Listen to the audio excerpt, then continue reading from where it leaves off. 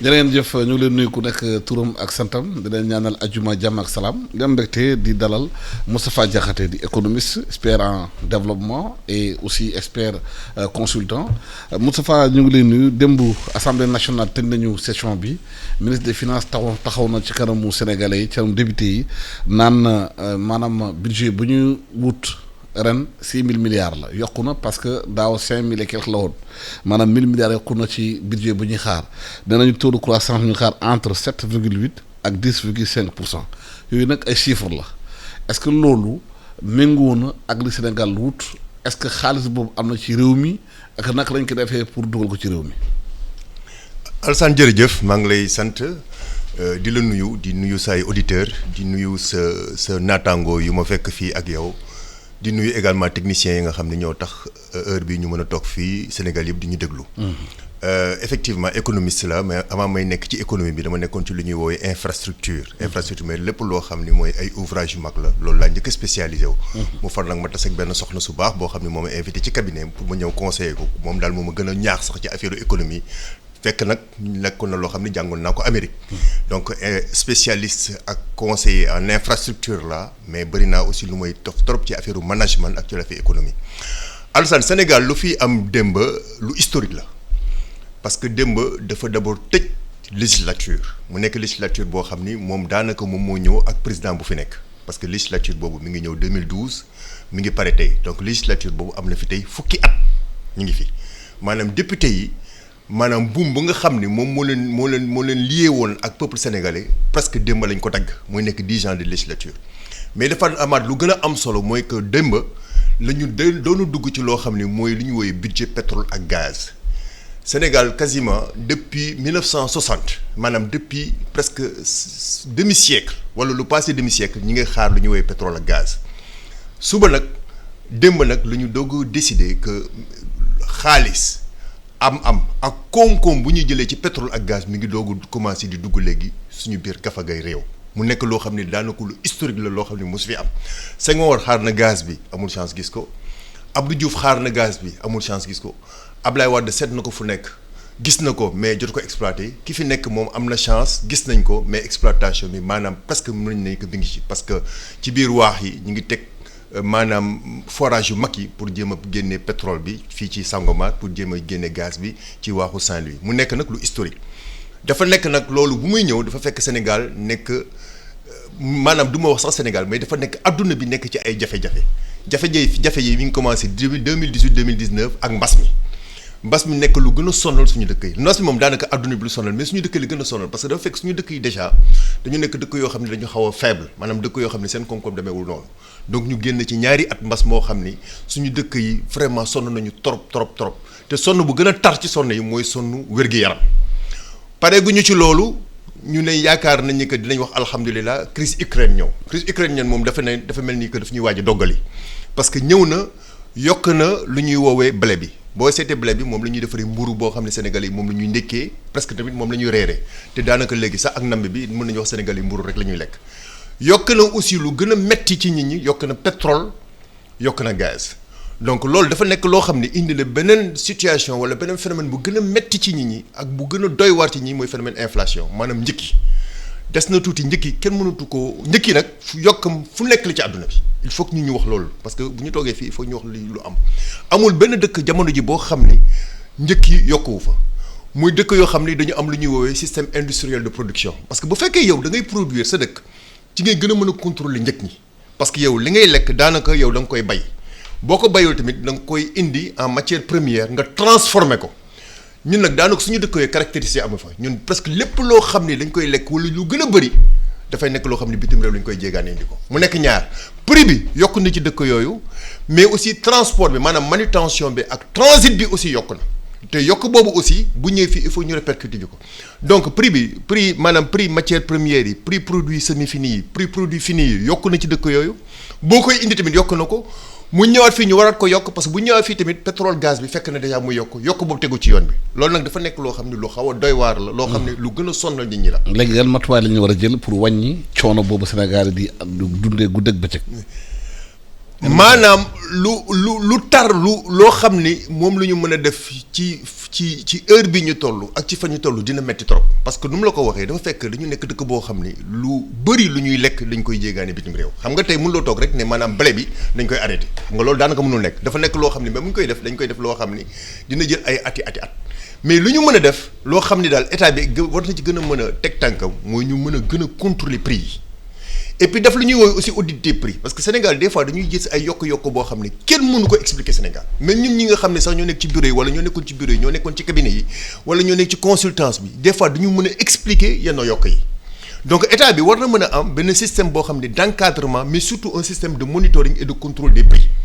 bu fekkee yokk bi am na ñu mën a wax yokk bi fa lañ ko teg ak yokk bi nu mu def ba consommateur bi boo xam ni dina mën a ñëw ci consommateur bi ci ñëw boo xam ne moo gën a oyof ci moom. xam nga bu ñu waxee nguur gi woote na 6 000 milliards. di def projection taux de croissance 7,8% 10%. xam nga Sénégal fi ñu toll ñoom dégguñu loolu. xaru tabaski la ñuy wër am coono dépense bu ñu jëndee soble bu ñu jëndee maanaam lu ñuy añee ak lu ñuy reere yan motuwaay la nguur gi war a jël entre temps laata ñuy xaar lii di ñëw balaa muy egg xëy na bañ a doggale ñi nga xamante ne sonn nañ. loolu Alassane avant may répondre ci question boobu dama la bëgg expliquer que budget bi ku nekk yaa ngi koy gis ku nekk yaa ngi koy touché yaa ngi koy laal mais dafa fekk ni nga koy yaakaaree la sa doom bu la tàggoo dem école publique budget bi la bu fekkee da nga jël carte d'écart dem dikk budget bi la bu fekkee da ngay bay nga jot jiw jot engrais budget bi la bu fekkee aussi sa doom dafa nekk université ci université bu mu mënti nekk am bourse loolu budget bi la donc budget bi dafa nekk loo xam ni chaque jour ñun ñi ngi ci kawam mais nag effectivement Sénégalais bëggoon nañu gën a gis seen bopp ak seen wàll ci budget bi. gis ko surtout ci affaire éducation parce que dafa nekk loo xam ni Sénégalais yi bëri na trop loo xam ni ñaxtu buy ñëw ci ñoom la bëgg nañ ko gën a gis tamit ci lu ñuy woowee wér-gi-yaram. lokk na loo xam ne aussi Sénégalais yi ñu ngi ciy gën a ñaxtu. bëggoon nañu ko gën a jàppale ci seen wér-gu-yaram wér-gu-yaram bi nag doolu nekk wér-gu-yaram boo xam ne ñu nekk ci zone urbaine yi maanaam ñu nekk ci dëkk yu mag yi ñoo ko gis même ñoo xam ne dañu nekk ci kaw gi ak ci dëkk yu reculé yi ñooñu aussi war nañ ko gis bëgg nañu aussi dëkk yoo xam ne surtout dëkk yu mel ni Sénégal ñu gën ko gis ci lu ñu wooyee courant bi mu nekk courant boo xam ne day ñëw mais ñëw boo xam ne ñëw bu baax la qualité ak ndox mi parce que ndox mi aussi ci la bokk loolu yëpp day nekk loo xam ne ay ñaxtu mais bëgg nañ ko gis aussi ci dëkk yu mel ni Dakar bëgg ko gis ci logement bi parce que logement bi fu mu nekk ni commencé na sonal Sénégalais yi surtout ñoo xam ni seen am demeewul noonu donc am na am yu bëri yoo xam ne Sénégalais yi bëggoon nañu gën a gis seen bopp ci budget bi mais budget bi ñu ngi ciy gis seen bopp loolu moom kenn mënu ko natable parce que jàng am na Sénégal peut-être jàng bi bëggoon ñu amul qualité bu ñu bëgg mais jàng am na fi loolu moom kenn mënu ko natable heure bi Sénégalais yi xale yi pare nañu BFM pare nañu astafurlah entrée en sixième ñu ngi dem BFM ñu ngi dem bac donc jàng xëy na budget bi dafa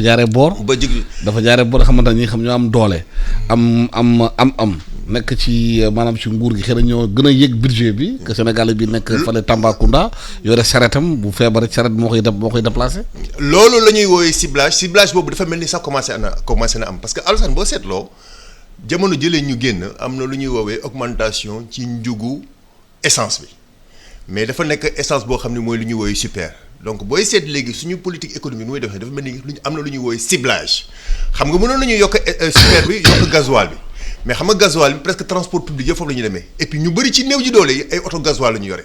Sénégal boo yore super dafa mel ni que ci benn catégorie sociale nga bokk mooy catégorie gën a am donc c'est-à-dire que nit ñi commencé nañu xam ni que subvention daanaka war na mën a am Sénégal mais subvention boobu il faut ñu mën ko gën a cibler donc loolu déjà début la loolu aussi dafay répondre ci en question li nga wax. mais FMI mi ngi laaj yu dindi subvention yi. loolu mënutul nekk daanaka parce que fu mu nekk nii FMI moomul suñu politique amul suñu politique ñi ko moom mooy ñu fal mooy ñu lu gën a nekk mooy président de la République mais surtout député boo xam ne moom ma fiy teg gouvernement politique nation moom ma koy définir ak député yi. donc FMI lu mu mën a wax mooy que am xel bu rafet ñëw teg ko ci Sénégalais ni lii mooy sama xel bu rafet nii boo leen ko yaakaaree boo leen ko defee xëy na seen économie da baax mais Sénégalais yi ñoo am seen souveraineté bopp jël seen ay décision de politique économique bopp loolu moom yow nu daanaka FMI ne fi FMI lu mu am rek moom mooy ñëw jox xalaatam bu rafet Sénégalais yi bu leen neexee ak seen autorités yi topp xalaat yooyu bu leen naqaree bu fekkee xalaat yooyu arrangé bu la duñ leen topp mais lu gën a am mooy yaakaar nañ ko budget Sénégal war nañ ci gën a mën a def ay jéego surtout ci yenn secteur prioritaires yi ci secteur prioritaire yi ñëkk ci Sénégal yi mooy vraiment le secteur éducation mais surtout le secteur de la santé ñu topp bu ñu paree ci loolu nag ñu dugg nag ci beneen secteur boo xam ni quasiment lu gën a am solo la jamono ji mooy secteuru jàppale ndaw ñi ci xëy booy jàppale ndaw ci xëy na da ngay gën a suqali économie parce que économie buy suqali ko foofu lay créer li ñuy woowee richesse ak emploi bu fekkee créer na richesse emploi moment boobu lay xale yoo xam ne ñoo jóge université xale yoo xam ne ñoo jóge formation professionnelle ak ñëpp ñoo xam ne ñu ngi wut maçon menuisier ñooñu ci li ñu gën a mën a am xëy war na gën a jàppale aussi mooy suñu jigéen ñi nga xam ni dañuy yeewu di tuur seen ñaq di am di daan seen doole ñooñu aussi ñoom ñëpp war nañ def ay mécanismes yoo xam ni dinañ gën a mën a gis ci budget boo xam ni du ñëw jox leen xaalis rek ñu seen poche mais day ñëw jàppale leen ci activité yoo xam ni ñoom ci loolu la ñu. mais boo jëloon tey sa panier de marché. lépp seer. ba ca lem bu ñuy defar fii Sénégal prix yokku na. lépp luy doon jàll 50 francs tey boo demee 200 300 francs la jar te am bi yokkul ci poche yi. loolu problème la lan matuwaay la ñu war a jël ci loolu effectivement sénégalais mun dem bu ñu bëggee jënd lu ñuy añee lu ñuy reeree bu ñu ko jëndee nu mu gën a yombee pour mun tey seen njaboot. Alassane question boobu dafay indi ci man ñaari réponse yan la. première réponse bi mooy ñun sénégalais yi depuis ñu jël indépendance wala avant indépendance dañu waroon gën a ñaax suñu bopp gën a tàmm suñu bopp di lekk loo xam ni fii lañ koy bayee ci réew mi. mais dañu nekk ñoo xam ni daanaka lépp loo xam ne ñun fii la ñu koy bayee wala suñu maam yi ci li ñu nekkoon muy fonde bi muy leneen ak leneen muy cere bi dañ ko bàyyi dugg ci lekk yoo xam ni daf ñuy jóge bitim réew yiy jóge Europe yiy jóge Amérique yiy jóge presque sax da ngay seet couscous marocain mi ngi jóge loolu moo ñu gën a sonal. mais luy responsabilité njiitu réew mi ak ñi jiite réew mi ci loolu. ñu fi nekk nag waroon nañu gis kéemtalaay kattan def lu ñuy woowee promotion des céréales locales. promotion de céréales locales mooy delloo sénégalais yi ci ñu lekk loo xam ne fii lañ koy bayee mais des fois sax forcer sénégalais yi ne leen ni que lekk bitim réew dama koy dagg année bu ñëw damay wàññi ceeb boo xam ne moom laay jëlee Vietnam wala ceeb boo xam ne moom laay jëlee Inde il faut ñu commencer ñu lekk suñu ceebu mbay mi mais loolu aussi boo ko defee yow ci nguur da ngay gën a suqali mbay mu nekk Sénégal. parce que doo nekk nit ñi doo leen li ngeen di lekk. li ngeen di war a lekk Sénégal la ñu ko war a béyee te doo suqali mbay bi. donc mbay bi. waroon na ci gën a mën a def doole bu yàgg parce que heure bi waroon na nekk Sénégal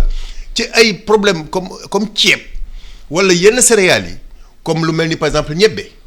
comme lu mel ni dugub heure bi waroon na fekk Sénégal yi dépassé bu yàgg autosuffisance wala sécurité alimentaire ci domaine boobu. waroon na nekk Sénégal dafay béy ceeb Mali di béy ceeb Côte d'Ivoire di béy ceeb ba nga xam ne ñun suñu bopp ñooy am ay réserves stratégiques bu di ko yóbbu Chine leen jox ñun ñuy dund. mais problème bi mooy soo demee ci àll bi léegi tey dem di seet gaa am na ñuy béy waaye lu ñu waree béyuñu noonu tool yi amatul xale yi war a nekk ci tool yi ñu ngi Dakar fi toog indi seen saret di dawal ci tali yi parce que amatuñu tool bu ñu liggéeyee amatul politique bu nekk ci région yi maanaam ci monde rural bi bu permettre paysan bi mën a liggéey bi nga xamante ne bu ko defee dina mucc ayib grenier yi maanaam amatuñ dara. Alassane amul benn dëkk ci àdduna boo xam ni da nga bëgg a bay bu fekkee sa baykat yi ñaanam ñetti weer rek la ñuy liggéey Sénégal mën nañu wax lépp moo fi am sauf mbay. Alassane àdduna fu mu toll ci xam-xam. xam nga Senghor. àdduna fu mu toll ci xarala. xam nga Senghor ba ci Macky Sall def nañu constat boobu. problème bi mooy action bu ñu war a changer moo deful. wax ji bëri na trop. séminaire yi bëri na. réflexion yi bëri na lépp bi nañ ko tënk ko. waaye lu tax boobu ba léegi jëfewuñ ko. Alassane lu mu lay wax rek mooy que Sénégal ci boppam dañu tollu bay boo xam ni bay boobu suñu maam yi sax bayatuñu woon noonu parce que Sénégal àdduna tollu foo xam ne yow da ngay xaar rek mu taw pour nga bay dafa nekk loo xam ni dañ ci war a nekk. ci juróom-ñaari fan ci semaine bi nekk ci 12 mois ci at bi maanaam chaque jour bu yàlla def Sénégal am na suuf su dul jeex Sénégal am na ndox bu dul jeex Sénégal dëkk la boo xam ne presque dëkk bu plat la maanaam bu fekkee da nga bëggoon bay jarul sax ngay def yenn aménagement yi parce que suuf si dafa talli ñaret donc Sénégal dafa nekk dëkk boo xam ne même boo gisul taw war nga mën a bëtt benn teen te bëtt pen boobu lu mu métti du passé 25 mètres wala 50 mètres nga jël ndox mi filtré ko ñëw nga def ci bay donc côté boobu vraiment suñu gouvernement yi waroon nañ ci gën a mën a góorgóorlu muy ñu fi nekk te ak ñu fi passé Sénégal négligé nañu bay bi négligence boobu nag ñu bay bi ni ñu ko bàyyee bu mu nekk bay boo xam ne 3 mois kese la après 3 mois ku nekk delluwaat ci suufa garab yi di taal di bàyyee ko loolu bokk na ci lu ñu gën a sonal. mais est-ce que dafa am lu leen tënk pour def loolu est-ce que am na gàllankoor bu leen tere def loolu est-ce que dafa may intérêt étranger leen para de bañ a def loolu. est-ce que importation yi ñu indi di dundal ñenn ñoo moo tax gars yi freiné loolu. Alassane man toujours dama ne ci sama ay réflexion tant que ñu ngi toog. at bu nekk ñu ne douanier Sénégal yi indil ñu 1000 milliards de recettes mooy ñaari téeméer recette gëm naa ni que Sénégal mbay bi du gën a soqaliku. dëkk bu mbay mi di soqaliku mooy dëkk boo xam ne dañuy tëj frontières yi ni nit ñi nu ko chinois yi defoon nu ko américains yi defoon un peu après la seconde guerre mondiale mais nu ko européens yi defoon ak la pomme de terre mooy que nit ñi lu ñu fi bay loolu la ngeen di lekk. loolu dafa nekk obligation boo xam ne nu nekkee obligation sa nga jur sa doom dem école noonu la war nekk obligation pour population yi na leen ni lépp lu ñu fa bay rek la ñu mën a lekk mënuñu lekk leen parce que loolu au delà même loo xam ne day indi sécurité alsaan loolu day sàmm koom-koomu réew mi. parce que tey kenn xamul ñaata alal ci àdduna lu ñuy jël di ko jox chinois bi di ko jox indien bi di ko jox vietnam yi pour jënd ceeb. ak pour jënd leneen mais boo bëggee def loolu doo bind doo dem signé APE doo dem signé ji règle OMC. loolu ay accord loo xam ne du mu ci ñëw parce que sama wàllu xam-xam sama gëstu sorewu ci mais lu ma wóor ni mooy tant que Sénégal suqalewuñu mbay mi jëluñu formé wuñu suñu baykat yi ñu nekk ñoo xam ni dañuy bay bu ànd ak jamono mu nekk bay boo xam ni foo mënti dem ak saa yoo mënti demee dinañ ko bay dëkk bi suqalem dina yem. parce que léegi mais am na beneen problème sur le terrain. suuf si maanaam ku bëgg a bay kenn ñëw taxaw na suuf sama maam moo ko moom kenn du ko bay dafa am ñu bëri yore suuf duñ ko bay kenn du ko bay kenn du ko avancé sama maam moo ko yore suuf xiif da la rey. Alassane foofu la ñu doon xaar président bi di ñëw président Macky Sall ci lu bëri li ñu ko doon xaar ci 2012 mooy sur les réformes foncières mooy sur le foncier urbain mais surtout sur le foncier rural. Alassane tubaab dafa nekk la terre n'appartient à ceux qui peuvent l'exploiter maanaam suuf képp ko koy bay rek moom moo ko moom. maintenant boo demee ba nga xam ne mënuloo ko bay jox ko ñoo xam ne mën nañ ko bay chaque fin du mois wala chaque bu saa yoo bayee nga jox leen seen wàll yow nga jël sa wàll dem sa yoon. Ukraine bi ñuy wax y a 20 ans de cela 30 ans de cela Ukraine boobu daan woon sax bay blé. mais tey Ukraine mi ngi di bay di bay blé. pourtant bari na ay commission ñu defal commission réforme foncière benn Sourane dem si yàlla Moustapha Sourane moo ko doon def bi mu jógee fi Doudou Ndoye jox ko mu def dossier bi déposé nañu seen i conclusion waaye dañ jël conclusion ko ci tiroir. loolu mbokk na ci heure bi lu gën a gàllankoor Sénégal mooy que Sénégal baax na ko réforme yu gën a am solo Sénégal ci domaine bu nekk nag. ci domaine de la vie publique bu nekk réforme yi ñu waroon def vraiment réforme yi defuñu ko problème politique yi ñu am ñàkk réforme yooyu ñooy ko def dafa nekk dëkk boo xam ni dafa nekk ci évolution boo xam ni il faut que ñu taxaw benn autorité jóg jël capital politique am ne man damay def ay réforme mais réforme yooyu aussi bu fekkee suñu classe politique bi wala ñu fi nekk amuñu courage def ko day gàllankoor yi ñuy dal rek mooy ñu dal parce que Sénégal xel nanguwul jamono ji nga am lu ñuy woowee capital maanaam nga ñëw ak jël sa xaalis jël sa ay machine indi sa ay innovation jël lu mel ni 10 hectares 20 hectares 30 hectares ak fu mu mën di nekk Sénégal nag dañ koy béy benn nit taxaw ne doo ko béy parce que maam la nit ko moom bayu ko yow tamit bayuloo ko loolu xel nangu ko loolu amul fenn ci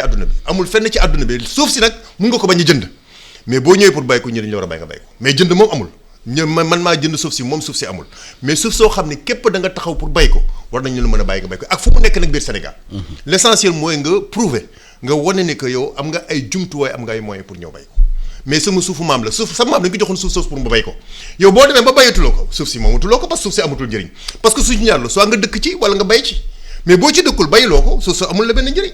donc jox ko ñoo xam ni suuf si amal na leen njëriñ. am na aussi benn problème ñi nga xamante ne nangu lañ ñoom Sénégal dugg ci mbéy mi di ci xeex bu ñuy béyee pare yore seen soble yore saa dañ ko mën a jaay yore seen pomme de terre dañ ko mën a jaay parce que dañuy ubbi importation bi mu ñëw concurrencer leen te yooyu moo gën a moins cher ñoom lu ñuy defar. Alassane loolu day dellu ci lu ñu wax léegi mooy problème mu régulation problème mu réglementation mais problème aussi réforme Sénégal dëkk domaine yu bëri Sénégal Alassane domaine bu même seen domaine bi domaine des médias. boo fi dama bañ def digression. wala ma def hors sujet. amul domaine booy dugg Sénégal boo xam ne Alassane amul ay réformes yoo xam ne ñu ngi ko doon xaar depuis presque 10 ans depuis 20 ans depuis 30 ans parce que booy seet suuf si depuis 1964 ba léegi depuis Senghor presque suuf si kenn laalu ko laal bu am kenn yëngulu ko. maanaam législation suuf si maanaam lépp loo xam ni moom mooy loi ak règlement maanaam loolu moom mooy yoon boo xam ne moo tënk ko suuf si nga loolu ko année bii nag lañ dañuy yaakaar nag ku fi nekk ki moom dina ci jóg mais ba léegi lépp ñu ne nem situation bi sax booy seet ci yenn ci boo koy seet ci yenn yi dafa gën a metti sax pour ñoo xam ne dañu bëgg a jël suuf si bàyyi ko wala dañu bëgg a jël suuf si tabax ko loolu nag kenn xamul lan la du ma répondre question bi mais lu ma xam ne mooy daal dëkk la boo xam ni soxla na ay réforme mais vraiment kenn réformé wu ko. waaw mais c'est-à-dire yow bu leen fale pour ngeen réformer réew mi yéen réforme réew mi ban njëriñ ngeen amal réew mi. loolu sénégalais yi nañ def seen appréciation bopp. mais lu ma wóor njëriñ amul njëriñ. parce que tey bu ñu toogee ba di wax Sénégal mën na am fii par exemple 5% de croissance que Sénégal ñi nga xaar 7% à 10% de croissance gëm naa ni bu fekkoon defoon nañu réforme yu war ci domaine yëpp nag réforme yi Alassane nekkul ci suuf si nekkul domaine yëpp Sénégal dafa laaj ay réforme domaine jàng bi dafa laaj ay réformes. Alassane est-ce que tey mun nga jël boo amee 200 000 bacheliers wala 300 000 bacheliers ñoom ñëpp sotti leen université. ci ay formation longue est-ce que tey Sénégalais bu nekk war na mën a dem université. xam nga loolu waroon nañu ba def au moins des formations courtes yoo xam ne at la benn at boo xam ne après ñooñu ñu marché verser leen sur le marché de l'emploi loolu ay réformes la mais réformes yooyu aussi dafa laaj li ñuy woowee capital politique ngay jël ak volonté ak détermination def ko réformes yooyu ñu ngi koy xaar donc bu ñu defoon réformes yooyu tey dina fekk dëkk bi dina gën a mën a suqali ko donc bu ñu waxoon tey 5% de croissance peut-être nañ dem ba 7% de croissance wala 8% de croissance wala des fois même 10% de croissance mais malheureusement comme ni mu lay wax réforme yooyu lu bëri dañ ko dugal ci tiroir yi li nga doon wax dañ ko dugal ci tiroir yi amoon na temps ñu am lu ñuy woowee doing business man liggéey naa ci lu bëri ci cabinet madame Aminata Touré à qui je rends hommage parce que ku am fulla la ku am fayda la et puis ku xarañ ci liggéey la mais doing business doon na nekk loo xam ne de temps en temps sax moo ñu doon gën a pousse ci réforme yi mais depuis que doing business amul vraiment réforme yi soxla nañ ko Sénégal mais ci domaine yëpp nag laa wax Sénégal ci domaine yëpp dafa soxla réforme. waaw parce que doing business nañ ko supprimer ndax dafa am ay njuuj njaaj yu ci newoon nag dañ doon déclaré yi nga xamante ne amul woon moo tax BFMI. doing business donc jamono doing business sax tane woon na tuuti parce que moment boobu ak classement bi. doon na nekk loo xam ne ñi doon nañ ci def attention mais depuis doing business dem.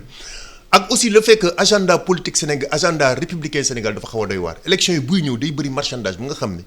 des fois vraiment politiciens yi wala hommes politiques yi wala autorités yi du leen ñaax a def yenn réformes yi loolu aussi bokk na ñu gën a sonal Sénégal agenda républicain. Moustapha Diakhaté maa ngi lay gërëm de la sant di fàttali économiste nga conscient projet et finance développement spécialisé en infrastructure dana waxtaan ak yow ci économie Sénégal yan matuwaay yan réforme war a jël pour yëf yi gën a ñoŋ Sénégal gën a yëg seen bopp ci 6 000 milliards yi ñu annoncé ci taux de croissance yi annoncé fekk bu ñu demee marché